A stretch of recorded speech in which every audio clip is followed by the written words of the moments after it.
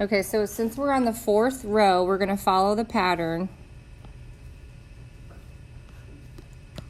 for a plus b to the fourth power, which is 1 a to the fourth plus 4a cubed b plus 6a squared b squared plus 4ab cubed plus 1b to the fourth. So it's helpful to figure out what's our a, what's our b. So our first term here is your a, so a is 4t, and our second term here is your b, so our b is equal to negative 2, and then all we have to do is substitute. So we're going to go 1, 4t to the fourth power. This is all one expression right here, plus 4 times 4t to the third power times negative 2. Again, this whole thing is one expression. 6 times 4t squared times negative 2 squared, another expression. 4 times 4t times negative 2 cubed, another expression. And then finally 1 times negative 2 to the fourth power. Okay, so the first expression, remember when you've got an exponent outside with two terms, you have to attach it to both. So that's really the same as 4 to the fourth power times t to the fourth power.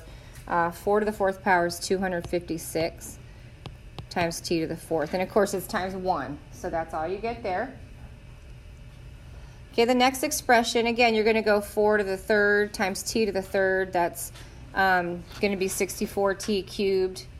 And then don't forget you've got your times 4 and your times negative 2 as well. So when you calculate all of that, you will get negative 512t cubed. Moving on to the next expression, this would be 4 squared, which is 16, times t squared. So you'd have 16t squared. You still have times 6 here, and you still have this negative 2 squared here. So this would be times 4, this would be times 6, right? So all that goes together. When you calculate, you get positive, oops, let me get my pencil back, 384 t squared.